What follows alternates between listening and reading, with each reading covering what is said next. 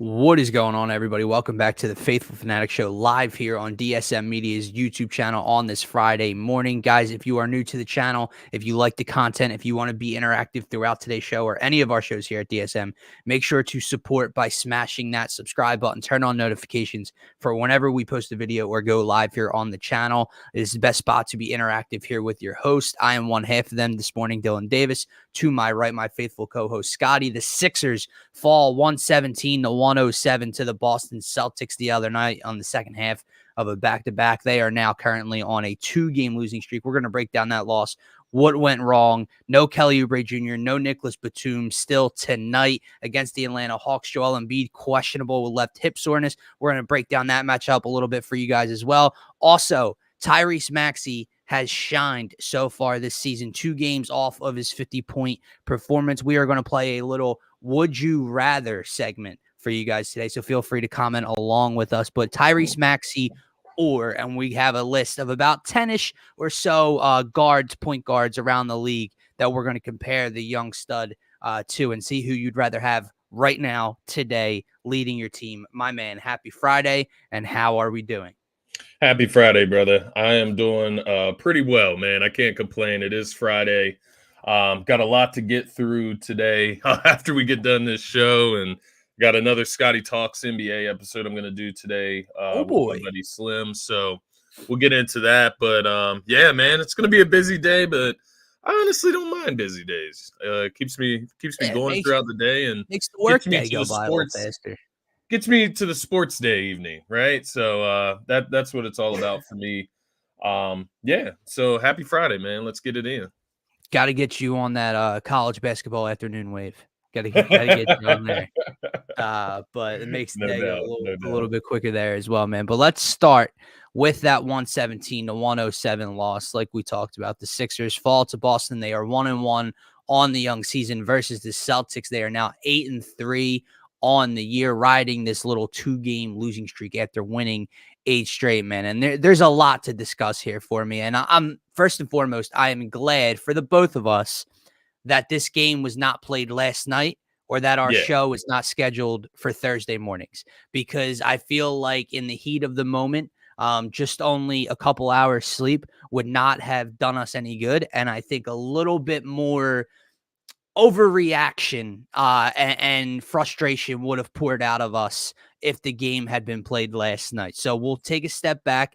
I want to preface by saying everything I'm going to point to, all the negatives from this game, I do not take going forward, so to speak. I'm not overreacting to say that the season's done and this team can't beat Boston. They quite literally just beat Boston when both teams were fully healthy 9 days ago. Okay, so this team is okay. They are clearly missing Nicholas Batum. They are clearly missing Kelly Oubre Jr. That's the first thing I look at here, Scotty. They're lacking shooting, scoring, length, athleticism, defense with these two out, especially when you talk about a Boston Celtics team who I know is missing one of their wings in Jaylen Brown, also missing Kristaps Porzingis, which makes this loss sting a little bit worse. But when you talk about the Celtics team with Jason Tatum, with Derek White, you need those wings and size, and it's something that has given the Sixers issues over the years, and it kind of shined its ugly head the other night, man, right? So for that case, Robert Covington is forced into a starting role, a role that he kind of excelled in. He gave you 16 points starting the other night, but you know, he should never be asked to be put in that role. When he's forced to start, it shortens your bench drastically. Nick Nurse is scattering around looking for what pieces to play. Jaden Springer fits, but first he had to go through Korkmaz and Marcus Morris and Danuel House. And by that time, the game had gotten a little out of hand early on. So with that said, first and foremost, the Sixers clearly over this 2-game skid, missing their 2 wings and Nico Batum and Kelly Oubre Jr. Thoughts on just kind of excusing the performance a little bit because you're down those 2 wings? I can't do it. All right. I can't do it. I can't excuse it. I do get your point, and I do think defensively it makes a huge difference, especially against a team like Indiana. But when you're playing the Boston Celtics and you have your guys It's inexcusable. The night before Pacers, I think you can throw that excuse in there and use that because you still had Maxey come out, get you 27, get his season average. You still have Embiid come out and get you, 39 on Tuesday? So he came out. 36, 39. Everybody, kind of still criticizes him about that game and his effort because of the late game, execution. Turnovers, yeah. But he still came out and performed decently to his standard. This game against Boston, they came out and they reverted back to what I saw last year in the postseason in Game 6 and Game 7. And that's what bothers me most. It's not to say that, Batum and Oubre doesn't hurt. I'm not saying that you're wrong, and I'm not saying that isn't like a built-in excuse. Yeah. It's just not when Kristaps Porzingis and Jaylen Brown are missing. Well. I agree. Because you can argue that those two players are better and bigger pieces for Boston. For sure. So to that point, I won't give them that excuse, but I also won't overreact. Like you said at the beginning of the show, it doesn't necessarily change the perception of the team. We knew that they're going to take some losses. Maybe just didn't think they would look like that, but it is on the tail end of a back-to-back. I get that. Guys did look exhausted towards the end of the game. And this was a game where also Nick Nurse didn't press all the right buttons as he's done all season. Correct. For the most part. He started to as the game developed. Yeah, he was starting to figure it out. And it's not an indictment on Nick Nurse. It's not. You're just not going to press all the right buttons all the time. He's definitely been 120% better than Doc Rivers regardless. So just want to throw that out there. But I'm not going to excuse the Sixers. But I'm not gonna, sit there and I agree. Act like I'm not. I guess excuse is the wrong term I was looking for because, like you said, when they're missing 2 of their 5 starters, and then they have guys like Marshawn Lynch is talking about, not only Sam Howell and Peyton Pritchard and Luke Cornett, but now you're digging deeper to that bench if you're Joe Mazzulla. And there's got Banton is out there, and V. Mikhailuk, or however you pronounce his name, comes out and buries a corner 3 and grabs an offensive rebound over Joel Embiid. I see all of it. So let's get to these negatives. It's actually funny. The term excuse, we kind of are flipped here. So I excuse, in a sense, the Batum, Kelly Oubre thing a little bit. You don't. The second half of a back-to-back that you somewhat excuse, because it is true down the stretch, is what I don't excuse. And what I mean by that is that has nothing to do with the first quarter. That has nothing to do with the first 6 or 7 minutes of this game. And I saw tweets from guys that cover this team and guys that I really respect. And I wasn't having it the other night, man, early on in this game. Second half of a back-to-back is not an excuse for the Sixers to go down double digits in the first 6 minutes of the game. Agreed. Tired legs. When do gas tanks start to empty on guys, right? Late in the game, fourth quarter, second half. The game's close. The fresh legs normally prevail. That's what gives the fresher team the advantage. That has nothing to do with their sluggish start, and that's what rubbed me the wrong way. And 5-6 minutes in, people are that, I respect and follow on social media are tweeting the Sixers look like a team that are playing on the second half of a back-to-back. What the fuck does that have to do with the first 4 minutes of the game? Get the fuck out of here. I'm not hearing that. That's an excuse I just simply will not accept in that one. So that's thing number one. And that's not really something – it is something that had to do with the game, because the bottom line here is by you getting down double digits early, Christ, we were down what? 17 at one point? 15 was the biggest lead for Boston at one 15 point. Early on in this game. And the problem is with the second half of a back-to-back, it took everything from you to make those runs throughout the game to just crawl and scrape your way back. So by the time you did so, every successful run you had, Boston countered with a 6 or 7-0 run immediately because it took everything from your gas tank. That's the problem with getting down double digits in the first quarter on the second half of a back-to-back. Yeah. No, you're spot on, man. And there's a lot of concerns that I would say come out of this game. Like I said, it's not the end of the world. You're still going to win a ton of games this season, but I do think it begs the question. It brings it back up, right? Because we've been living in euphoria for 8 straight games. And that's just the simple truth. We won 8 straight. We were living in euphoria and our eyes were clouded. We think we can win 82 games out of the season. We think we can win the championship. They need to add something. Like, I know Oubre, Batum will come back. They need a ball handler because we can't rely on Pat Bev as like a backup point guard. No, I think that's becoming evident. He can still have minutes. He can be in the rotation, but I don't need him He's shooting. A double-digit minute guy, but he's definitely he was not relied on heavily in this game to get to like the rim. And mind you, it's a game plan from Boston. They're doubling, tripling, teaming Joel Embiid and letting guys like that open. But when that's happening, he can't be on the floor. And so to that point, like you do need to add something. These 2 comments right here, I want to get to these real quick. Yeah, go ahead. Go ahead and get to them. Martian Lynch's these guys point are going in the spot comments. on here, good, right? Good comments. It's you know what his situational basketball is late in games against like the Celtics. It's losing basketball. It's losing culture. And Nick Nurse is trying to get that out of him. Don't get me wrong. Joel Embiid has shown how clutch he can be at times throughout his career. He's done it in the postseason. But over the last 2 games, Joel Embiid's clutch minutes in 2 combined games have come with 2 points, and neither are a field goal. It's 2 free throws. Did not know and he's that, a minus 11 in those 2 games. That's incredible. This from Brett. I won't accept it. Don't like that, man. I won't accept it, and here's why. I'm tired of he's having issues in warm-ups. Don't he play. Shouldn't play. We talked about it on the pregame with the left hip soreness thing. Let me ask you something. He had left hip soreness and was a game-time decision against the Pacers, but he went out and dropped 36 plus. Right. Then he has left hip soreness on the second half of a back-to-back. Boston's depleted. I wanted him to play if he was healthy. Yeah. But if anything's wrong, if 2% of him is not healthy, don't play him. So no, I don't want to hear the left hip excuse. If he plays, he should. I'm figuring he's 100%, and that's on he and the Sixers to figure out moving forward. He was a game low. Minus 25 and plus minus is not the end all be all for basketball. I get that. But a minus 25, there wasn't anybody close to that in this game. I think the next person on the Sixers was a minus 15. Oh, he was a minus 25. If he doesn't play in this game, the Sixers very well probably win this game. Tyrese Maxey was a plus 9 in 5 more minutes of play. Yeah. A plus 9. Those 5 extra minutes without Embiid. 25. That brings me to my one point. Before we really get to the in and out. He's bad. He's terrible.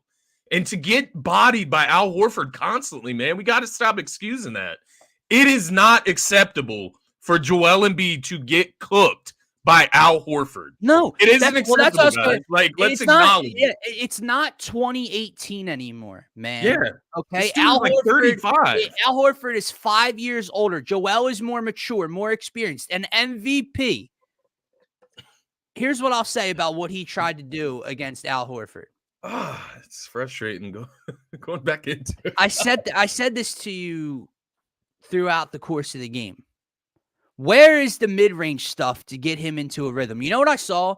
I saw that immature mindset from Joel Embiid that it's Al Horford one-on-one, and maybe Al blocked him early in the game or stripped him early in the game, and he tries to take that personally and get ultra aggressive. And he tried to big boy Al Horford over and over again, and it wasn't working. Where is the mid-range? Where is he cuts to the elbow, bounce pass, turn, and shoot? They didn't run it one single time the other night. And then on the defensive end, listen, there are a lot of times throughout a 7-game series last summer where I was begging Al Horford to shoot the ball. And he was. And it was hilarious when he's 1 for 7 from 3 and he keeps chucking.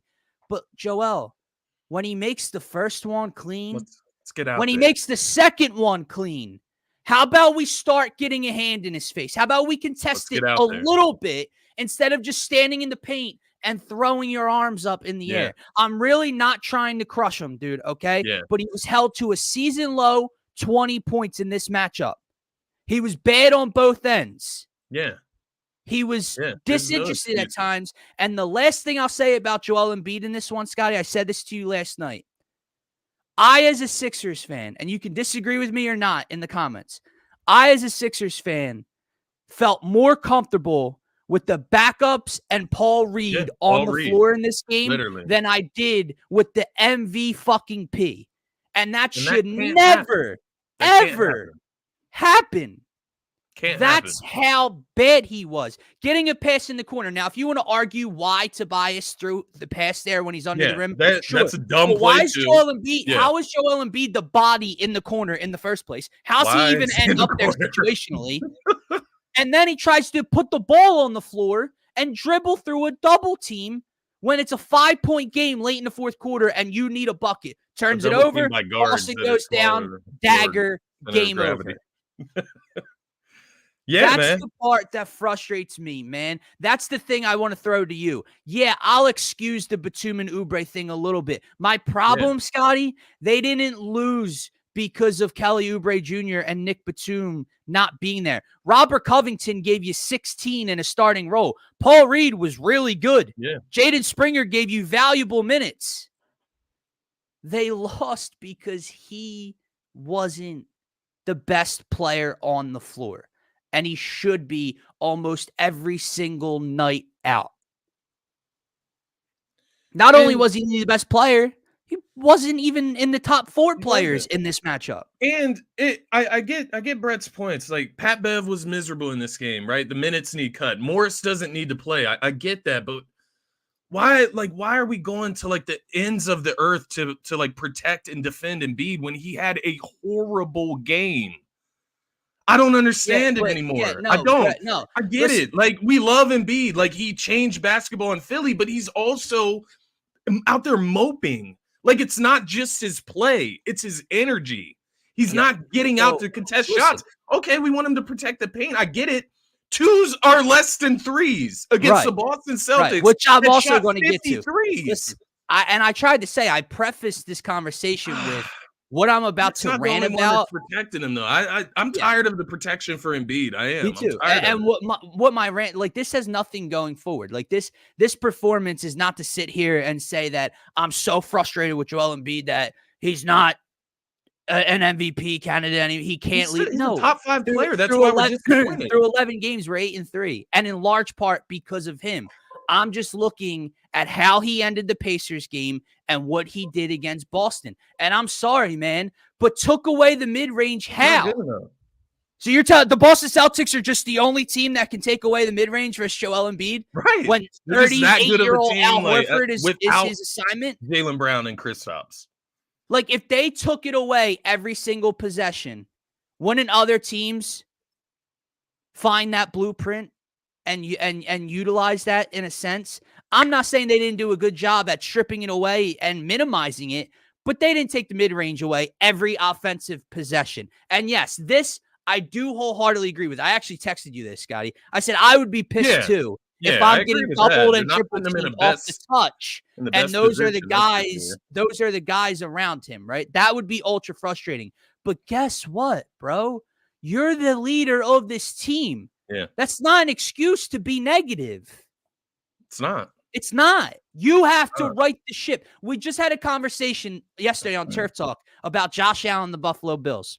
And yeah, that James Cook fumble wasn't on Josh Allen. And the Gabe Davis off the hands interception isn't on Josh Allen. But at some point, being the leader of this team, you have to right the ship.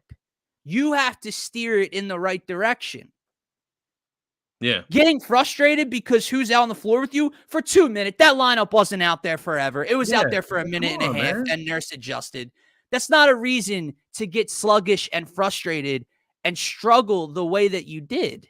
Yeah. It just can't be accepted anymore. The behavior, Brett, the loser mentality. No, listen, I agree. I'm excusing it a little bit more than Scotty is this morning because we're missing those two. And I agree, it's hard to judge the Sixers team without those two because they are going to be such a critical piece of what they do. They're both playing 20-plus minutes. They're both average. Like, Kelly's averaging almost 20 points per game. That's a huge takeaway from. They didn't have Oubre and Batum last year, right? And they were way worse last year. So, like, what? Like, that's not an excuse for Embiid. Like, and no one, and I'll say, no one's jumping up, elevates game. No one's jumping out on Joel Embiid here. but he has to, when he plays like this, I won't excuse it anymore. This isn't year 3, bro. He's going on 30 years of age. Yeah. It's not an excuse to be change it at frustrated some and point. mopey. It's not an excuse to be bodied by 35-year-old Al Horford anymore. And then comes out after the game and says, this is the best team in the league. No, the Celtics without Kristaps Porzingis and Jaylen Brown are not the best team in the league. They're not. Like, they're not the best team in the league with them. Denver Nuggets are the best team in the NBA. Like, I don't know. It's that mentality. I don't know what it is. It's like, I agree. All in all, the Sixers split with the Boston Celtics throughout the course of a week. And that's what we said before they even played game 1. They were missing their best 2 bench players, 1 starter, 1 bench player. Their best wing, for sure. Aside, well, I guess Tobias, but they're 2 best 3D wings. But you do have to admit, though, when Brown and Porzingis don't play, kind of evens out the playing field a little bit more than drastically. Yeah. Since we're missing Batum and Oubre. That's my issue. Like, I don't know. I hate to come on here and crush him, bro. He's literally. It's not like it's fun. It's not fun to do it. Like, but there is a real concern that comes out of the game. Like I said, it's not the end of the world. You mentioned it. Just last week, they beat the Celtics at full strength, right? So it isn't the end of the world. We know we can compete with the Boston Celtics, but the 3-point shooting. This is something I wanted to talk about because I had a chance to do with Joel Embiid. Correct. Look at the numbers. Yeah, exactly. This is something that will help him if we would just shoot more threes. Yes. But you take 33s in this game, and that's about their season average, which is literally not good enough. 28th in the NBA, so third to last. Not when your best player lives in the mid-range and in the paint for 2s. And Tobias does, exactly. Yeah. Boston shoots 53s in this game. They're number 1 in the NBA in 3-pointers attempted. And they make 7 more threes than you, and that's the difference in the game. And 1,000%. You talk about, you don't have to shoot 50. Like, you're not able to. You don't have the personnel to do so. But you can shoot 35. You can shoot 40, right? Maxey can shoot over 10 threes.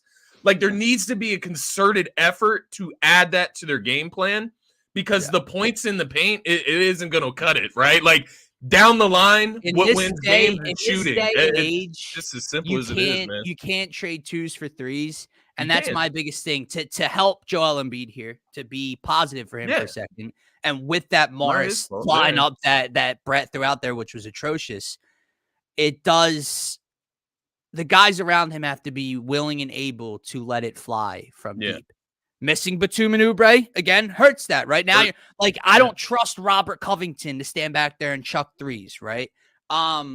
But, you can't get outshot by 23s in this day and age. And, well, the Sixers shot slightly better percentage. How efficient was they made 7 more, bro. Yeah. Do you know what 7 more 3s can do? Just think about that. 7 more 3s. And then that's not the only thing that crushed them in this game, Scotty. What did they do the first time around against Boston? Extraordinarily well. Rebounding. Yep. Rebound and limit them to one shot per possession, essentially. Well, you got beat on the glass. You gave up 12 offensive rebounds, and you got beat in fast break points and points off of turnovers. Yep. So they got beat up all around in this game. And again, yes, the Sixers were missing 2 key players. Boston was missing Jaylen Brown and Kristaps Porzingis. So you got beat up in every department when they were running Skvi, Mikhailuk, and Banter, Blanter, Blitzen. I don't know who they had on the floor. Oh man! And they beat you in every category, and that's something that I just can't accept. And I think on a back-to-back, this is where we can critique Nick Nurse a little bit here. On a back-to-back, you have veteran players and you have young players. Yeah. Oh, maybe you go with the youth in the second half of the back-to-back. I asked for that in the pregame, and Springer gave him a jolt. Nick Nurse said it looks like he's earned. You're goddamn right. He's probably earned more minutes, right? But KJ Martin's just sitting on the bench since we traded for him. Yeah, and so let's preface this. I was wrong. I wanted more of this person's minutes. He can't play a single second the rest of the season. You and me both. Marcus Morris is done. Marcus Morris doesn't even know where to stand on the basketball court within this Sixers team on both sides of the floor. He cut when Pat Bev cut, and like I thought he fouled Pat Bev when he got the free throws. Defensively, he's not communicating. He's not switching. So when let's just say when Joel switches on his guy, Marcus Morris just follows him and Joel, and then there's a Derek White layup because he leaves Derek White wide open in the lane. He doesn't know what to do. He's not shooting the ball well. No. So shooting contested shots too, which bothers the hell out of me. Marcus Morris doesn't look like he can play. Furkan's minutes are just done. They're donezo, done with. Daniel House shouldn't really play. Like when he's on the court, it's just really no difference that's being made. So it's like he can play. Even though he gave you 16, Robert Covington should never start for this team and be asked to give you 16. So to be fair, all of those things have to do with what? Missing Kelly Oubre and Nicholas. Absolutely. So that's where that kind of brings it in, where it shrinks everything else in the rotation because you're missing those two. But still, I'll reiterate, what the fuck was Boston's rotation? So exactly. Yeah, that's the point we keep coming back to. The playing field was probably lopsided in the Sixers' direction here when it comes to depth. Yeah. And we're talking about an extreme lack of depth at the moment. Yeah. That's how bad Boston's depth is. And they outplayed us, man. That is the bottom line. And I think it goes with being said that it isn't just Embiid's fault. Like, to Brett's point, right? Like, it's not that Embiid was the only one that played bad, but he's your MVP. He is the one held to a higher standard. Then next, Tyrese Maxey did not play up to par. I'm tired of seeing him hesitate. I'm sick of it. I'm sick of him hesitating. Like, from the three-point line, did it too. Get it through your head. We need 10 plus 3-point attempts from you every single night. It needs to be stapled into the game plan. There's one guy on the team that can light you up from three on a consistent basis, and it's Tyrese Maxey, man. Shoot the ball. D'Anthony Melton, he goes, 9 for 12 from the three-point line in these two games, this back-to-back? Yeah, that's wasted. That's the frustrating part, right? Like D-Mel has turned it up, and in the beginning of it's still the beginning of the year, but in the first couple games, we're sitting here like, man, if D-Mel can knock down open threes, this team's going to go to an even higher level. Well, now he's doing so, and everyone else is shrinking around him. To Brett's point, this is a concern versus Boston as well. Yeah. Even though we won the first matchup, Maxey semi-struggled against them as well. I believe. I could be off here. But it wasn't his best scheme in the first 11 against Boston. Shot really bad against Boston. Sure. But found a way to affect the game regardless. But, Embiid had more assists than Maxey in those games as your point guard, which 6 for 15 in this game for Maxey. It's something to keep an eye on. Tobias Harris, efficient, 6 for 12.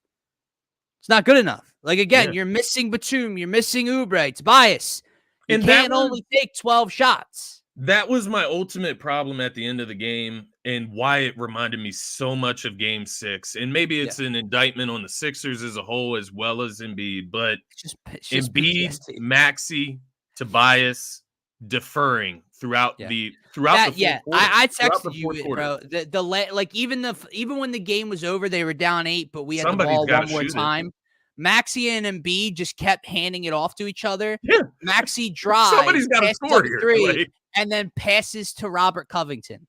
Robert Covington gets blocked at the end of the shot clock. Yeah. Maxey did this several times where he passed it to Patrick Beverley at the end of the shot clock, Jaden Springer at the end of the shot clock. Yeah.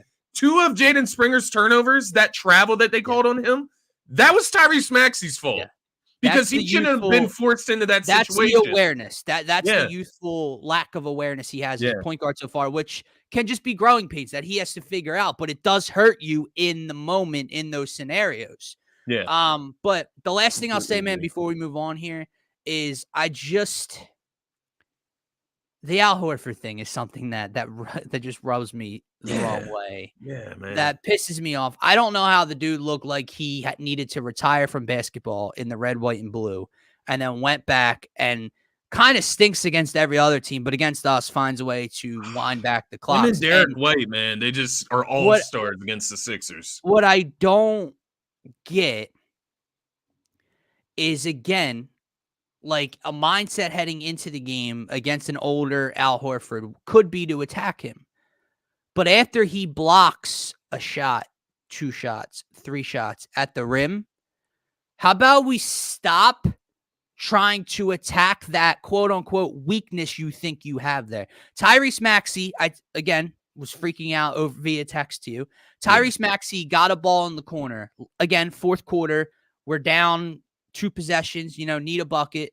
It's like shoot the 3 first of all. Pump fakes the 3, gets the guy to jump, goes around him. Now, you can either run it with a floater, you can just pull up in the mid-range and pop it. What does he do, Scotty?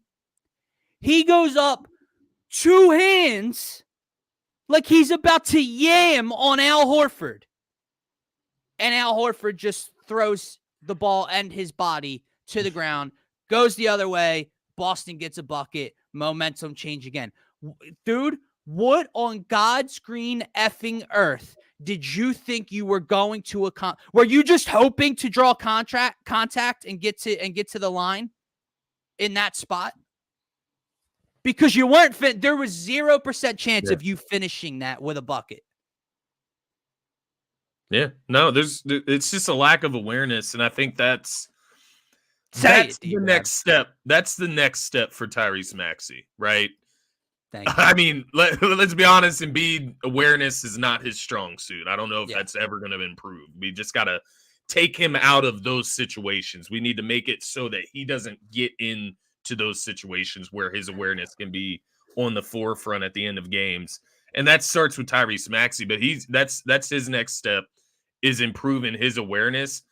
Not only those situations where, shoot it rather than drive it, or shoot it rather than pass it to Jaden Springer at the end of the shot clock, but also just the confidence to know you can take shots in the first quarter, Maxey. Like, it is your job to get guys involved. I get it. That's what's going on in his head. He's like, I got to get these guys shots, get them comfortable. I'll figure it out on the go.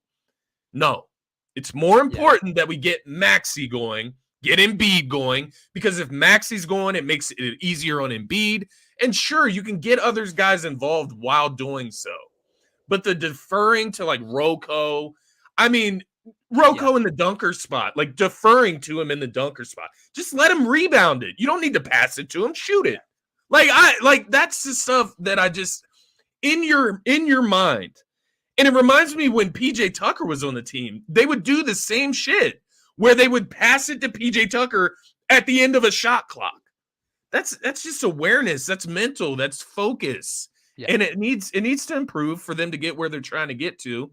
And I'll end it there, man. I'll leave it at that with this game and with this, because it's a regular season game. It's the 11th game of the season. 3-3. It's not the end of the world, but it is a terrible loss. And that is what it is. That's what we have to label. It's a bad loss. And again, I'm going through this box score roaming, and that's the part that I can't get away from. Like, you look at the starting 5, Scotty, 20, 20, 16, 16, 16, 10 from Paul Reed. Not like those are like, if you just looked at any other team, not knowing, and you saw those numbers, that's pretty good, right? Yeah. And I think that's a bright side of things is Maxey did score 20 on a horrible night. We know Embiid can score 20 in his sleep, right? Like that's right. That's the bright floor. Side, they play to their floor. Need to be better. The frustrating part, though, is like when you see like Jaden Springer's plus 20 in 20 minutes. Paul Reed's plus 15 in 14 minutes. Yeah. But then or Drew Holiday has 10 rebounds and Embiid has 9. Yeah. Is a 7-footer. Again, it is tough. And Brett, I hear you and I agree. I agree with what he's saying. Like, these things do need to fix. Other guys need to, they need to shoot the ball from 3 well around Embiid. Missing Kelly and Batum does affect everything else. Wholeheartedly agree with you. And Boston does excel at taking things away. I'm not, and a lack of shooting around him is they're able to do this and that. But man, my question, like, it's just I can't handle that anymore because he's too good to just allow. Well, why can't any other team do it? Why can't any other team do that? And like my thing is, if you can't beat the Pacers without Kelly Oubre. Yeah, and the Pacers are a good young You're team. not They're winning fast. anything then. Fine. They Like, run, that's they not shoot an threes. excuse. They're good, off to a good start on the season. They shoot the ball incredibly well. They share the ball well. Halliburton torched us. But yeah, man, like, because Brett, here's my point. And again, I agree. They miss Oubre and Batum. I'm not disagreeing with you. It's hurting them a lot. But let's go back to last year's bench or the year before that's bench. They were worse. Yeah. Worse than they are right now. Yeah. So that's the thing that, like, I don't know. If they're able to find ways to win games with George Niang as the sixth man, yeah, like, they need to play better with this bench. You have defensive problems, but we had Georges Niang on the court last year. Like, my thing with Embiid, we can praise him to the holy hell, right? The holy skies of heaven whenever he drops 40 on the fucking Wizards. But when he doesn't show up against the Celtics, we just bring out this list of excuses, and it's not Brett. It's half of the fan base. No, now but he needs to be held accountable. Here's the frustrating part. He did play well against the Celtics a week ago. Yeah. You know what I mean? Yeah, so it's like you want to take that and you want to add to it, but then we don't, and it feels like we take a step backwards, and it's like, where do I put that in a box? His energy last week, and I'm talking about this moodiness that he gets into, right? He just looked moody on Tuesday or Wednesday, whenever that game was. Right. And that's what I'm talking about. Like, if you're tired, that's fine, but lift your team up, support them, show the energy.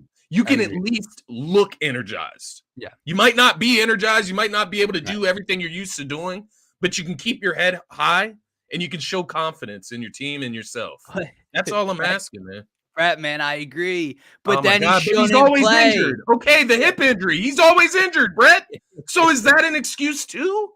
Like, come on. My point is, he just shouldn't play. We said it. We talked about it on the pregame show. If there's even a 1% issue with his body or a risk of furthering an injury, and he's not 100%, don't play him, because I'm tired of that excuse. Yeah.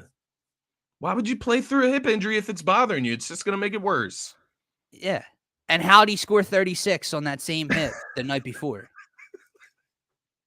Well, because the Pacers are worse competition. That's the point. Because the Pacers have worse centers. That was the excuse earlier. Well, that's the point.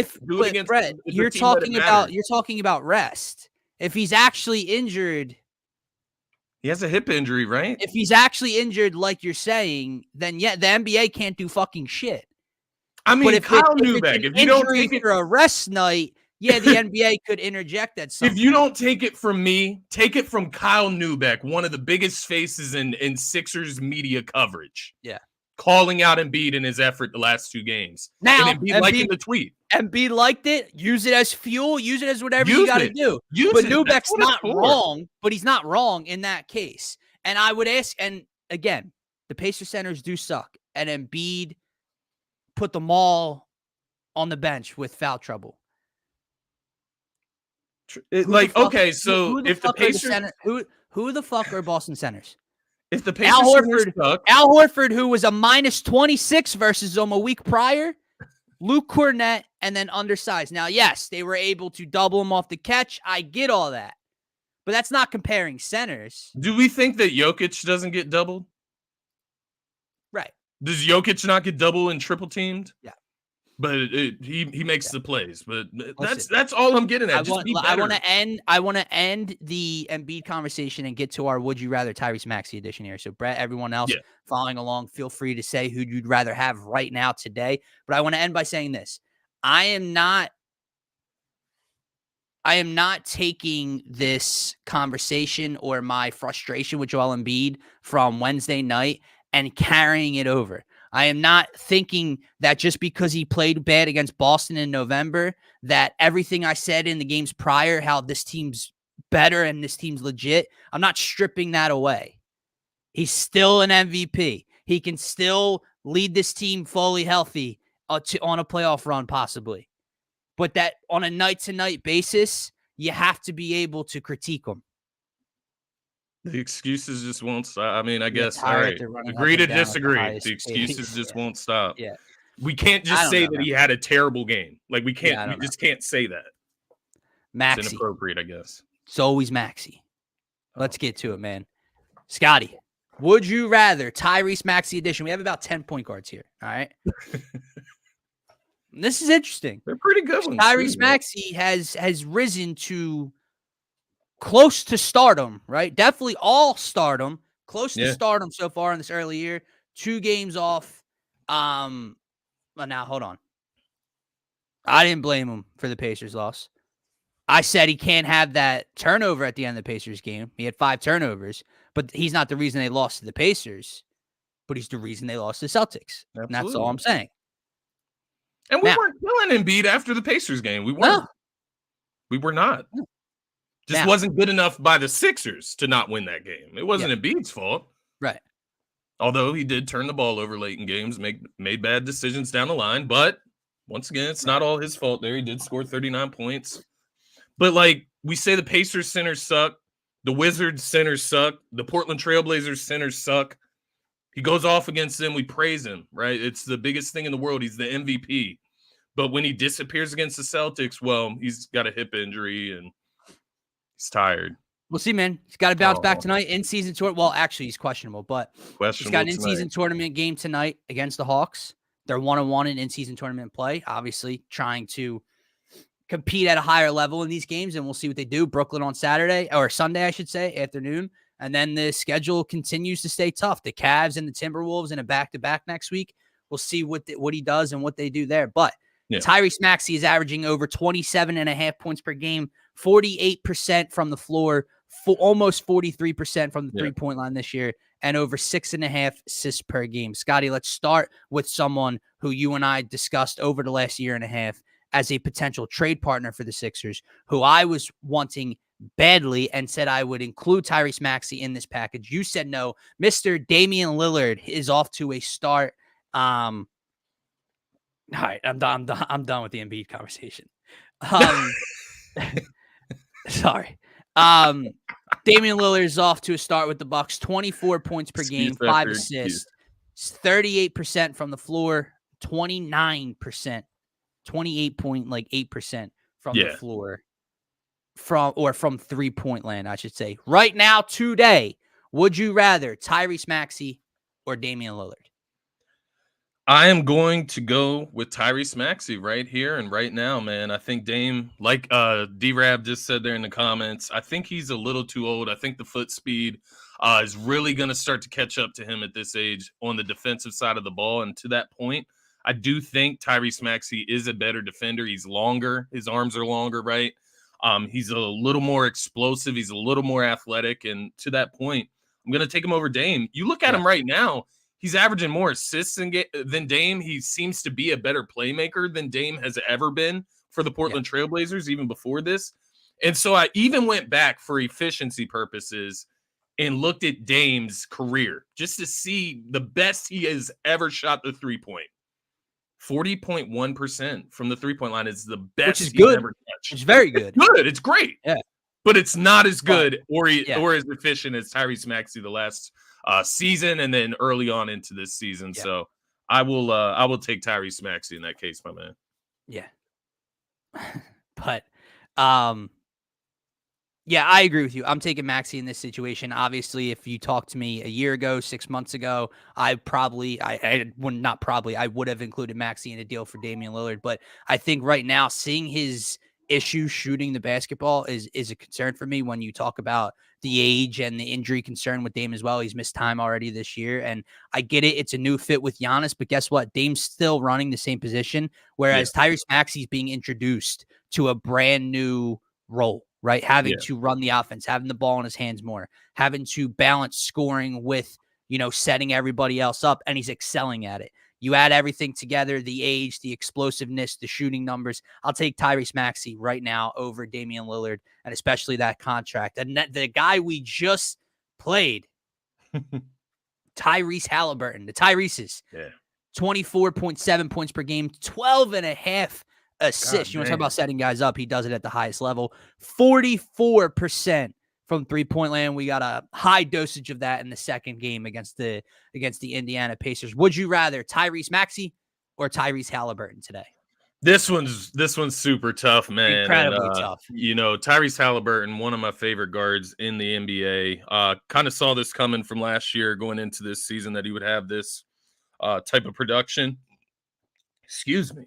I am going to go with Tyrese Halliburton in this case, though, strictly because he is 6'5", and in this league, size does matter. Length matters. And I think he can grow into being a better defender than what he is right now. The playmaking is unteachable. You can't learn that type of playmaking that he has, that type of feel that he has for the game. And he shoots just about as efficient as Halliburton. So I would take Tyrese Halliburton over Tyrese Maxey as of right now. As of right now. I'm about to sell too, Martian. I'm about to sell too. And it's not by a wide margin whatsoever. It's, part of it that's interesting to me, Scotty, is like you can say that it's a positive for Halliburton that he puts up these numbers and assist totals on a good young team, right? Yeah. But Maxey has to put up these numbers next to an MVP, so that's kind of a point in Maxey's direction. And also, it's for namesake on paper. There's guys that I'm going to take Maxey over that the name's bigger and their names are bigger than Maxey. Halliburton's name doesn't feel bigger than Maxey, but I would take Tyrese Halliburton over Tyrese Maxey. He does have the size and the length. He's not great. He's not good on defense. He's part of that very bad defense in Indiana. But like you said, man, the fact that he's able to shoot 44% from three with that stroke too, it is not pretty. And he's able to put up ridiculous shooting numbers. 12.5 assists, like you said, you can't teach it. The size, the athleticism for that position. I would take him right now over Tyrese Maxey, but it might be the closest one we're going to get to, and it's not the biggest name on this paper. Yeah, Next. I do think so, man. I think so. New York, Jalen Brunson, 22.7 points per game, 4.6 assists, man. That's something disgusting for me as a point guard. But he is shooting 45%. I wrote is that correct? Yeah, 45.7% from three. I wanted to make sure that was correct to what I have down here. But I'll throw this one to you. I'm taking Tyrese Maxey in a landslide. I think Jalen Brunson is a very solid player. Villanova Wildcat, love him there. National champion. Happy he went from Dallas next to Luka to get run in New York, get paid. That's great. Plays with his pops. Awesome. Come on. We're talking good and we're talking explosiveness. And Tyrese Maxey is the explosive. I know he's shooting 45% from three, but Tyrese Maxey shoots way higher volume from deep. Tyrese Maxey's the better shooter. He's a better playmaker. He's quicker. He's faster. He's younger. He's more explosive. He's a better scorer. I'll take Tyrese Maxey. And he assists more. So he's a better playmaker. I'll take Tyrese Maxey all around. I would argue, Tyrese Maxey, better scorer, better shooter, better playmaker. I think he can be a better defender just with his quickness and getting to a spot. The only advantage I will give Jalen Brunson is just that dog mentality, if that makes sense. And I know Tyrese Maxey has a great personality. I just saw Marshawn Lynch's comment there about him dropping 50 with a smile on his face. I think at some point there has to be an evolution of that smile going away and that dog coming out and that confidence coming out and that assertiveness coming out in Tyrese Maxey. And I think that's got teed up for the first time the other night. Yeah, that was ridiculous, man. This kid, I love his personality. I don't want that to be taken the wrong way at all. I know you mean. Maturity that is to come with that will put even more of that dog in Maxey. Yeah. That being said, I'm still taking Maxey over Jalen Brunson, even with all of that taken into account. Jalen Brunson is a guy. He's a good player in this league. He's a guy that I feel like he plays so hard. He plays smart that he almost plays over his talent level, if that makes sense. Whereas Maxey, I think you look at him and you see how quick he is. You see the stroke. You see everything else that goes with his game. And I think Maxey's just more talented. Plus, he does have the good mental aspect maybe not as much dog as Jalen Brunson, but he's still pretty good set mentally. I agree. All right. Speaking of someone. Yeah, that's exactly what I'm talking about, Marshawn Lynch. Too calm under pressure. I was going to make a joke, but I won't. Next up on the list, Kyrie Irving. 22 points per game, 46% from the floor, 40% from deep, 6.7 assists over there in Dallas next to Luka Doncic. The name is there, right? This is one from a past perspective, from a talent, like if you just think over his career, it's Kyrie Irving by a landslide. You get it in that sense. Yeah. When you're talking today, age, everything, who you taking? I think Kyrie is the more talented basketball player. I think his skill, the ball handling, the finishing at the rim, he obviously has a good stroke from the three. Might have the best handles ever. Mid-range. Might have the best handles ever. Like, you talk about it from a talent standpoint, Kyrie Irving's more talented than Tyrese Maxey for sure. But you got to play, and you got to not cause your team headaches. And this is where the off-the-court stuff. That's where my joke was going to come into play. Comes into account for him, because Maxey, you talk about Maxey's personality and what he brings to a team. You can't ask for a better teammate. And to that point, I'm taking Tyrese Maxey because I don't think the talent levels are that far, right? I think Maxey can grow into something really special that's close to that talent level. But I would say Kyrie's the more talented player over his career. And maybe, I don't know about these days, right? With him slowing down a little bit. He does come with the championship experience beside LeBron, right? He has that effect as well. But I'm still taking Tyrese Maxey right here, right now over Kyrie Irving. Yeah. Today, I would agree with you. That's what's tough. Like I said, with namesake, like you're talking about an NBA champion that could potentially go down as, a top 80, 85 player of all time. Because he wasn't on the top 75 list, correct? Or was he? Irving? Yeah, he wasn't, right? He had to be. To be, I feel like. I think so. I don't remember. I know it was a big deal, Harden making it. I don't remember Kyrie Irving, but I feel like either way, he's right around that, right? Like you think about it from that point, but you go today, how much is him playing next to Luka? Like how much is that affecting it or helping him in a sense? Is he not the same? Can he not be the same ball dominant best scorer on the floor that he used to be, right? Brett, that's why we didn't include SGA, Steph, and Doncic, because they're like clear. Little too obvious. Those are pretty obvious. Yeah. Those were the ones like, would you rather? Well, kind of duh, right? I'm going to take Luka over Tyrese Maxey today. Next one. Speaking of lose your team, LaMelo Ball, right? Mr. Hype Train himself. 22 points per game, 36% from deep, 8.6 assists per game. Would you rather have Tyrese Maxey or LaMelo Ball? This one's interesting, man, because I'm ready to just to flash over this one. I think LaMelo Ball has a ton of talent. I think that's why it is interesting to me. He's 6'7", the size, the length. He's on a very shitty team, poor organization, poor culture. We heard that from Kelly Oubre himself. But no, I'm not taking him over Tyrese Maxey. No. It's a little bit of, his mentality and the way he approaches the game. That's part of it. The other side of it is just the health issues, the injury concerns. He hasn't been able to play like even close to a full season. I feel like I was actually trying to go back and see games played for him. Played 75 games in 2021-22 season. Everything after that, 51 games played, 36 and 10 games played this year. So he's got to play a little bit more before I can even really know what he is. I'm so far out on no shot. They would be unbearable, bro. You want to talk about a guy that I could not stand. And I get it. It's an ad. It's an act. It's a personality that he's trying to portray and views and money and his brand and everything like that, bro. But this dude would come here and try to get Jello a contract here in Philly as well. So no, I'm so far good on LeVar Ball coming here. This one's not close for me. I agree. Like I think the talent level for LaMelo Ball is absurd. But he's just, I don't know. He's just a shot chucker on a losing team. High volume for the most part, but percentage wise, It's not like the assists are out of this world, right? He's not Tyrese Halliburton running the offense.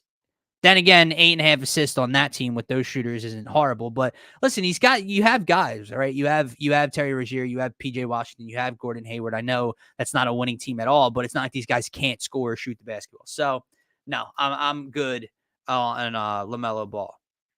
Drew Holiday, man, someone we talked about when he went to Portland before heading to Boston for the Dame trade.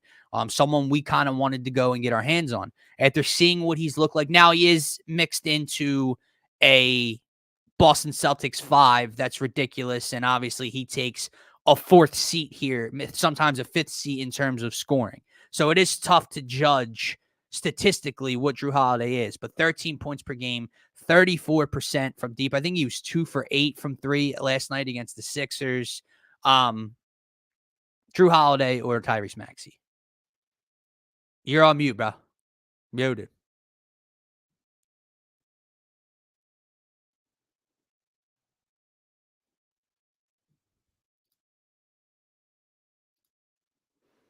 There we go. All right, that was weird. Yeah, it said it lost connection to my Good. mic. I was confused because it Good. wasn't showing like muted. Can you hear me? Yeah. All right, yeah. So Drew is interesting. No, I'm not taking him over Tyrese Maxey, but I did think you outplayed him on Wednesday night. Now, once again, as Brett mentioned often earlier, it was on the tail end of a back-to-back. But I thought Drew Holiday, he still has like the IQ to control a game if he needs to, right? Like Jaylen Brown, Kristaps Porzingis out of that game, he's able to step up, get you a double-double with 18 points, 10 rebounds. He takes guys to the block that are smaller than him. He's got a decent post game, but he's just a little too old for my liking. The foot speed slowed down a little bit. He's still a great defender by all means. Yeah. Oh, no, we lost him again. It doesn't say you're muted, though. This time I just can't hear you. Now he's gone. You guys are stuck with me for a little bit. Jordan Poole. No, so what's interesting, though, Marshawn Lynch, is I was going to say when we were talking about LaMelo, I didn't want to take it that far, but I was about to say that what's the difference between LaMelo Ball and Jordan Poole? Obviously, LaMelo Ball is a far superior talent, obviously still a better shooter, but I just do chucks, bro. And there's nights where he's 2 for 11 from deep, and it's all about the flash, and they could be down 20 and he'll still throw it off the backboard for someone to come get and throw down.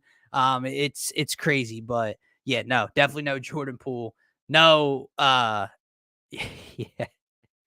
no Ben Simmons incoming. No Markelle Fultz incoming. I do have a name here at the end of this list. Obviously, when Scotty gets back in, we have about 2 more. I could see his face in the background. Now, the question is the mic going to work when he jumps in here? I don't want to bring him in myself. We'll see. Now he's smiling. Just so you guys know, he's smiling on this Friday morning. He's live betting unders over here. You guys do want to play at noon, college basketball. St. Louis, plus 4.5. I took him plus 5. Might want to throw your money down. Can we hear you? Can you? Yeah, we can. We can. Yeah, I don't know. It was bugging for a second there. I need to check like my connection. We're back to the computer. So yeah, so I don't know what's Holiday, going on. I'm good. Yeah, Drew Holiday, I'm good. Tyrese over Drew. Yeah. This guy, I would say, is starting to become where maybe we should have put him in the SGA Luka conversation. De'Aaron Fox. Dude's a stud. Yeah, he is. Dude is a stud. I mean, what do we love about Tyrese Maxey? We love his speed and his quickness and his explosiveness. Well, De'Aaron Fox is that times 19, okay? Does he shoot the ball as well from the floor or deep? From the floor, he shoots 49%. He's around league average from deep. 5.8 assists per game. Sabonis is kind of the motor there in terms of setting up that offense. So he doesn't have that much responsibility there in Sacramento, but 30 points per game, man, that explosiveness, the way that he has developed that shot from the time of his rookie year, both from Kentucky, right? Figuring things out there, shooting wise, but I'm taking De'Aaron Fox right now over Tyrese Maxey. I think this dude is a star to me. And I've completely changed my tune. A couple years ago, I didn't want to trade Ben Simmons for De'Aaron Fox. Yeah. That's I how think part much of he that. has grown. I think part of that was just because we didn't know how good Maxey could shoot Yeah. the ball. Like, I think the conversation when that was coming around was like, do you want to pair another speedy, not great shooter with a speedy, not great shooter in Maxey? But obviously, both of these guys can shoot the ball pretty well from the 3-point line. Coming into the show, I'll be honest, man, I was gonna say Maxey, Yeah. but Marshall as Lynch I take it, start Maxey. The 3-point shooting, I can't neglect that. You can't take that away. As I start to think about it, though, I think that De'Aaron Fox is like a more developed version of Maxey, if that makes sense. Yeah. I think just when you look less at from him three. as the clutch player of the year last season in De'Aaron Fox, it means he gets a lot of buckets in the fourth quarter, right? And to that point, I think that would be what we want Maxey to turn into, is to be able to be that closer for us at the end of games, be able to get into the lane whenever he wants, shoot the 3 ball as well, and at an even better clip. I think he can be better than Fox, but he's not right now. The ceiling might be, yeah. No, like, again, Maxey already in this new role is almost at 28 points per game, over 43% from 3-point line. He's shooting 48% from the floor. Fox is 49. He has more assists, so it's not far off. Like, I'm not saying this is this. I watched De'Aaron Fox go to LA the other night. Now, the Lakers, I know, are struggling. They were also on a second half to back-to-back. LeBron was bent over, huffing and puffing at the end of the game. But I watched this De'Aaron Fox-led team in Sacramento, and Sabonis was lights out against Anthony Davis, and they have shooters all across the board. So everyone played well and shot well. But when the Lakers made their runs, was with De'Aaron Fox off the floor. When De'Aaron Fox stepped back onto the court, court with LeBron James and Anthony Davis on it, De'Aaron Fox just completely took the game back over. Yeah. And led the Kings to a big win. You know what I like? Because I was obviously had my eyes on that game as well. I needed Fox to get over 37.5 points, rebounds, and assists. And I just wanted to I was looking at the end of that game and his assertiveness at the end of the game. That's what I mean about Maxey. He's not scared of the moment at all. He's not scared of the moment at all. He will take any and every shot at the end of games. And there's a confidence that comes with that. Yeah. Oh, here comes the excuses. Now, LeBron like 37, 38. But yeah, Brett, have a great weekend, my man. Not annoying, Brett. Don't worry about it. We ain't defending Embiid over here anymore. But it's all love, bro. We all want the same thing. That's the Sixers dub. So yeah, no, definitely. It's First of all, I will say this. Do I disagree with them? Yeah. But that's what makes it more fun on here sometimes, man. Absolutely. Don't get me wrong. I love when people agree with me because it makes you feel like you're right, right? When people are like, yeah, it's cool. But sometimes it's nice to have that little I appreciate it. Lets me know he's engaged and he's going to stick to his guns. I can appreciate it. And you know what? In a second here, when we're done this segment, I do want to talk about this to wrap up the show because it's getting ridiculous out here on social media. But last guy, man. So I agree with Fox. Last guy, Trae Young. We play him tonight. Obviously, Trae Young sent us packing a couple years back as the number 1 seed. But so far on the year, Trae is at 23.5 points per game, 11 assists per game. So he still has that offensive motor in him. He's 27.8% from deep. Yeah. Not all that efficient from the floor either. Yeah. Today, not 2-3 years ago, today, Tyrese Maxey or Trae Young? This one is actually tough because I do think Trae Young has a distinct way of scoring and a distinct way of running an offense, playmaking, lobs, the floater, right? He's got that stuff ironed packed. But he is shooting 35.6% from the field. Yeah. Makes me feel like he's a little bit of a jack there, right? I haven't watched a ton of Hawks basketball. I won't lie to anybody here. But get him tonight. When I'm thinking about Tyrese Maxey versus Trae, Tyrese Maxey is the better defender. He's going to get better on defense. He's the longer player. He even has more size, right? He's got the broad shoulders. He's built a little bit better than Trae Young. So to that point, averages more points. Not up there as far as the playmaking department just yet, but I think he can get to 8-9 assists. I think he can get to that point in his career. But even with that being said, right now I'm gonna take Tyrese Maxey over Trae Young. And you already know, bro. You already know. Yeah, he's gonna hit. About to go out there. 8 threes tonight. Yep, 8 for 11 from Get deep. to the free throw line 20 dagger times. after dagger late in the game. That is a little bit more credit I'll give to Trae. He Yeah. gets to the free throw line very well. Yeah. Whether that's the NBA or that's him, he gets Yeah. there. So nonetheless, agreed, man. he will Last cook guy, tonight, though. James Best Harden. believe it. Fuck no. I'm taking Tyrese Maxey. It's not even close. Not even close. You guys can keep that fucking. He's the system, though, bro. The system that fails, man. He's a bad system. That's what he forgot to take out. I do have to say, though. I do have to say one thing about the Sixers team. Again, 8-11 on the year. It's a great start. 2-game skid. It's a back-to-back. 2 good teams. 1 great team. I get it. It's just, it's like, man, why can things like ever since Tyrese Maxey dropped 50 or right around that time, like the night before Kelly Oubre got hit by a car. Nicholas Batum. It's not funny. Time. Knock on wood. That's not. I don't mean to laugh. No, I know. Ironic as hell. No, man. I know. But what I'm saying is, like, they come out and you know the franchise, right? And then Embiid's calling the franchise in interviews, and I'm so happy that they're happy for each other. Yeah. Then we go 0-2 since he's been claimed the franchise. It's like, man, what the fuck? It's like. You want to follow? At least let me go 1-1 over the last 2. Now they got to go right the ship. The coming out party, right? Like we're gonna come out here and win everything, right? It's like we took 19 steps forward and then we just retreated all the way back to where we were and flashback to last year.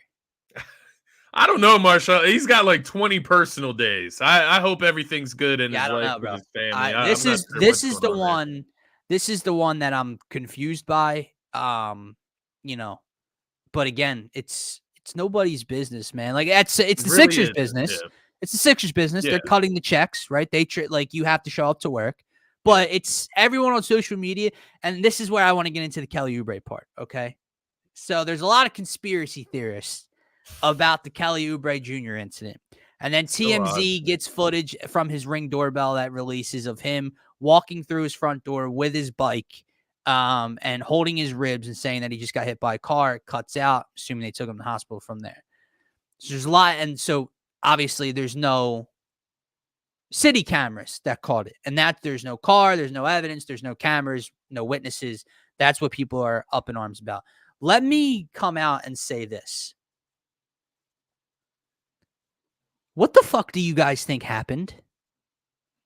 Like really, I don't understand. Really, what is the thing? What do you think happened if he's lying that he didn't get hit by a car? What do you think he did? Secondly, remind me how it's anybody besides Kelly Oubre Jr. and his family and the 76ers business. Yeah. Except there are people commenting on posts on Twitter, literally saying, we have to wait for all the facts. You don't have to wait for anything. Do you know why? Because it's none of your business. It doesn't concern you. What are you talking about? We need the facts to come out. What do you need the facts to come out for? Seriously. Secondly, so you see the dude come through the Ring doorbell with his bike. So he's clearly on his bike, right? It's a hobby of his. Where he comes from, he mountain bikes. Now, maybe not the best idea to do it in the dark in a city on busy streets. Yeah, it's a possibility. That's what D-Rab was talking about, Marshall, is that's a dark ass humor. But it is funny. So like that, those are my two points here. A, what does everyone what are these conspiracies that you guys think happen? Like okay, what if he got jumped? And he didn't. What if he got held at gunpoint? He got jumped in the city, and he didn't. He didn't want to say anything because someone whatever. Like what? Someone said something. I literally saw a tweet. You told me, and you got beat up by a pimp. Yeah. Like what? Someone was making accusations that his wife beat him, and it's okay. Men, we love you. You don't have to lie. What are we talking about? First of all. Second of all, all these people making posts and commenting about, oh, I hope Kelly didn't lie. Why does it matter if he lied? Unless it's to cover up, unless it's to cover up a crime he was like involved in and then he got injured from. Why does it matter? Like, what do you think happened? Yeah, bro. Like this, it's insane. And like this is just days after you had those, like that one guy put out the report about Jalen Carter shoplifting from Target, where we've just heard nothing from the Eagles or anything about it. Yeah. Right, like we've heard nothing else and the girl and his girl was putting stuff in the bag that wasn't scanned, and he. What are we talking about, bro? Like, but then the next day, Jalen Carter is hosting a turkey Thanksgiving. A Thanksgiving for the less fortunate. So it is mind-boggling, man. I don't understand why people care about. Like, I understand why you care about the Kelly Oubre injury. Right, for the Sixers and how it affects the Sixers, and you hope that Kelly Oubre's all right. Like that's all that matters, right? Like all that matters is that the injuries weren't as serious as they were thought to be from before, right? That he will be back in just a few weeks rather than a few months. Yeah, that's all that matters, man. So all that other shit, it's clownish. It's very clownish, and it has me like questioning some of the people in Philadelphia, man, that you're willing to put this stuff out about athletes in the city. And then the last thing before we get out here, the last thing I want to touch on is there's conspiracy theorists with TMZ, and how did they get the footage? How did they get the video? I fucking wonder. I'll bet you. Probably because y'all were saying he got beat up by a pimp. Like, I'll bet you that Kelly and Kelly's camp have seen the rumors start to spiral, saw Nick Nurse getting grilled on the stand for this, basically, and said, you want proof? There's no camera evidence? Here's him that night coming through with his bike holding his ribs. I'll bet you that's where TMZ got his. There's people. Ring doorbell isn't that secure. Oh, shut the fuck up. And then on top of it, you have people questioning like about him, identifying the spot where he got hit by a car, right? Like he just has like Philadelphia mapped out in his head, like living here for like 2 months, maybe. He's got Philly mapped out, each intersection that he crosses by his house, right? Like, come on, he might have been concussed for all we know. Maybe this. Okay, maybe this. Maybe he got hit by a car. Maybe it's dark. He doesn't know where he is. And he hit a car mirror going down a hill or going down a street. And all right, oh my God, he hit someone's side mirror going down the street and didn't want to. Oh man, he's what a criminal. Lock him up. Shit. He lied about that. He should pay for it. Like, that's my problem with those tweets. They're like pinning him as if he's like a criminal or something. Yeah. Like he did something wrong. Like he's involved in something he shouldn't be involved in, and that's what he's hiding. And it's like, man, and let me ask you this. How many crimes, how many home invasions, shootings, robberies aren't caught on camera in Philadelphia? Yeah. But Kelly Oubre this is a surprise. Like I said, the only thing but here's the thing. I think people make up in their minds where they think he was to or where he knew he was. Because if you think that he was in Center City at that time of night, it would be odd that there'd be no witnesses that saw this, right? Like people walking around Saturday night, whatever. But that's because in your mind, you're envisioning him on those busy streets. Yeah. What if he was on crossing a side street or going down a side street when whatever happened? Then there wouldn't be cameras and there wouldn't be people. It is what I will. The weird part of it is that this man's riding a BMX bike in Center City. Like that's the weird part for me. But I mean, he's a little emo, so like that. He said it's a hobby of his. So guitar. I get it. It's not the best spot to do it, and I think. Hey. Obviously, this one, Jason Kelce being named one of the sexiest men alive. It gives me hope in life, right?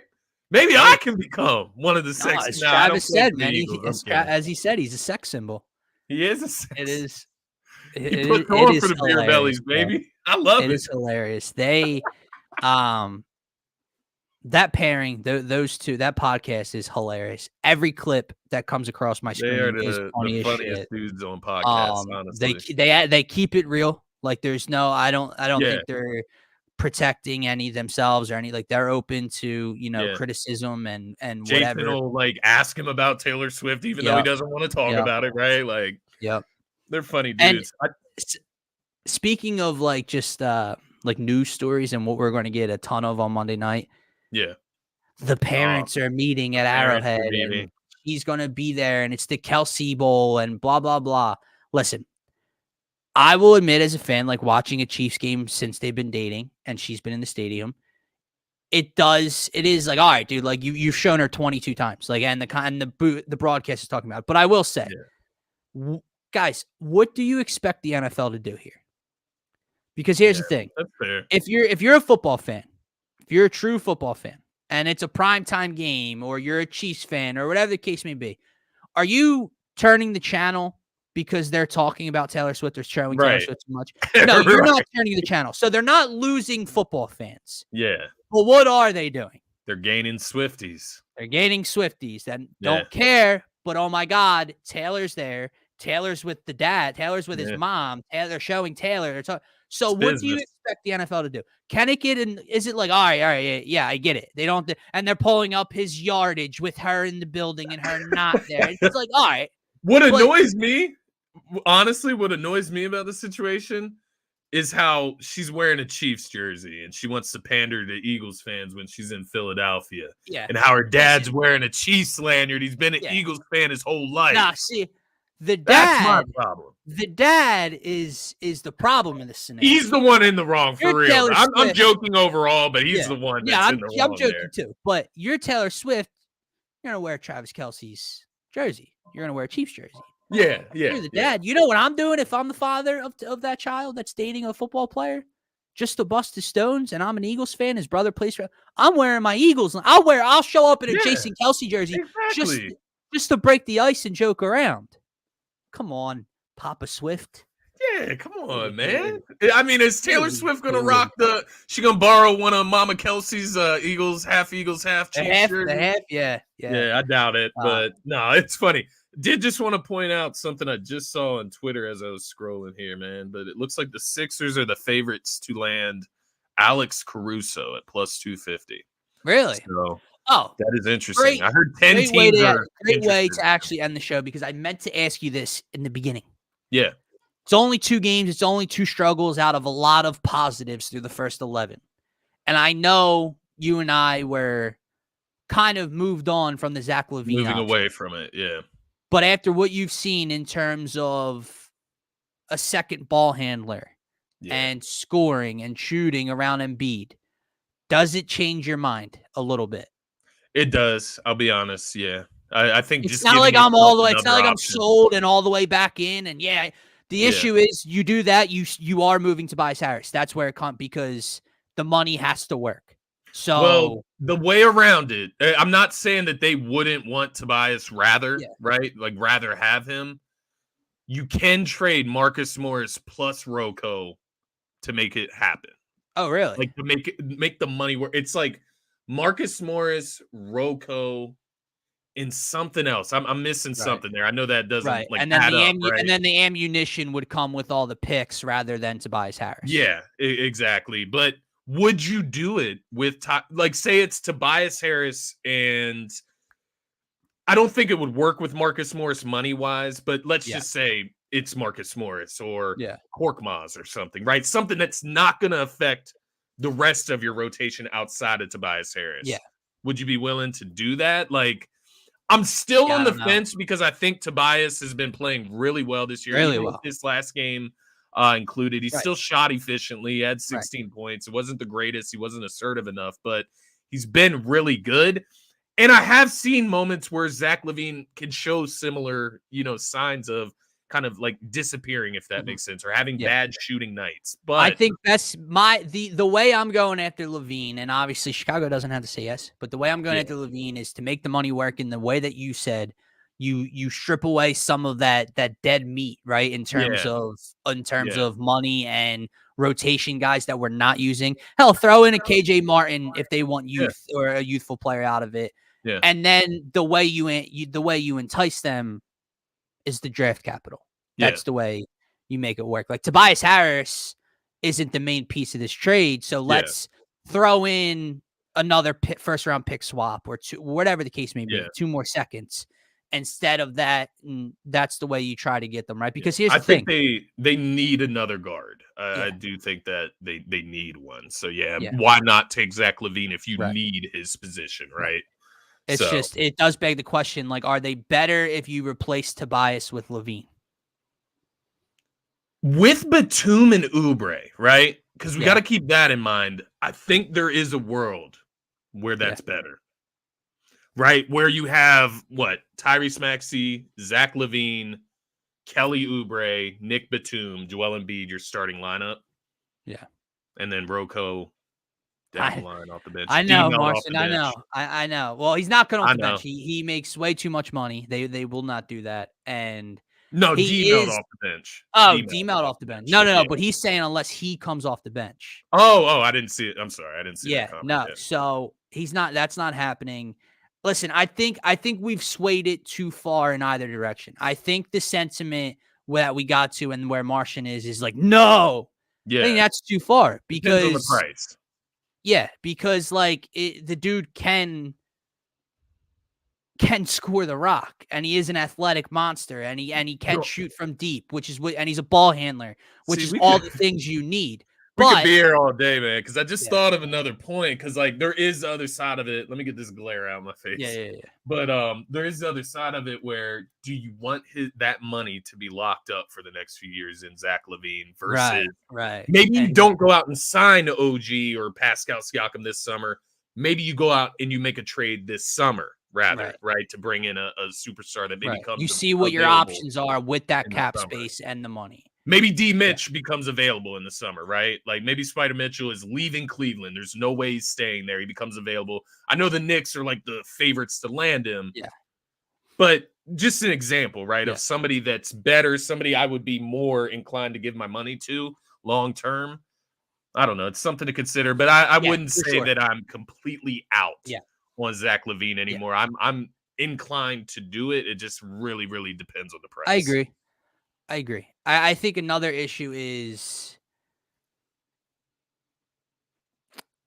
if you can acquire anybody like Alex Caruso, who can be a ball handler for less, then either him or D-Melt comes off the bench, and either can be that ball handler. Yeah, right? And then you don't give up your depth at the wing or any of that. Right. So yeah, I think that's a great point. How do we feel about a guy like I've just seen his name pop up from a few people on social media, but how do we feel about a guy like Brandon Ingram? He doesn't do it for me. Yeah. Like it's a little bit too much of the very same. Good scorer. Like. He brings length. But I don't know if when you say Brandon Ingram, and then depending on who we strip away from the roster today, does he get you there? Right. Does he improve you? You know what I mean? And I think about what he's truly good at. He does shoot the three ball, but he's a mid-range specialist. If there was a way to get him and you didn't have to give up I don't know how the money, whatever the case may be. Yeah, I know. But he started, and Batum and Oubre both come off the bench. Mm. Now that's disgusting. Now that I'm thinking about it, right? Like if you had Maxey, D-Melt, B.I., Tobias, and Embiid, and then your bench is Paul Reed, Pat Bev, Oubre, Batum, Rocco. Or maybe you have to give up Rocco, whatever. You keep Oubre and Batum. Right.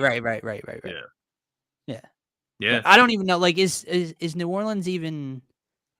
They're going through some stuff. I think that's why it's being brought up, because they got a ton of injuries right now. They're not playing very well. Zion's not fitting very well with the game plan. So they're like a team that I have my eyes on as far as like a blow up scenario. I could see them like maybe trading Zion even, right? Maybe not trade BI, but trade Zion rather. CJ McCollum out with a collapsed lung. Like they got a ton of injuries piling up there, but yeah, just an idea though, nonetheless. I don't know. We'll see where they I go. like it, man. We got a lot to look forward to over the coming months. Absolutely. Sixers, Daryl Morey actually have some assets to play around with. Yeah. Since the James Harden trade occurred. With that said, hour and 25 minutes. This time, see guys, this time just flies by with How do we do it? Oh my goodness. Flies by with Martian Lynch and D-Rab and Brett every morning, man. Love you But guys, we will be back this Sunday live on the DSM Turf Talk, NFL Turf Talk channel, 10, 11 a.m., breaking down the slate of games. We'll also be live Monday morning right here on the Phaithful Phanatics show, and Monday night getting you ready for Eagles Chiefs on DSM pregame Real live. quick. Yes. Who do you have winning tonight? Sixers. Oh, we'll be doing Sixers. Didn't even get to that. Yeah, I know. The Sixers need a win, man. It's that simple. It's only 2 losses, but they're reeling a little bit with what our conversation was, and Embiid's reeling a little bit. You need a win. Yeah. They need to come out with some juice. I look at it either way. Either because if you lose and Embiid's bad or struggles again, we're going to continue the conversation. If Embiid's great and you lose, it's still a loss. Yeah.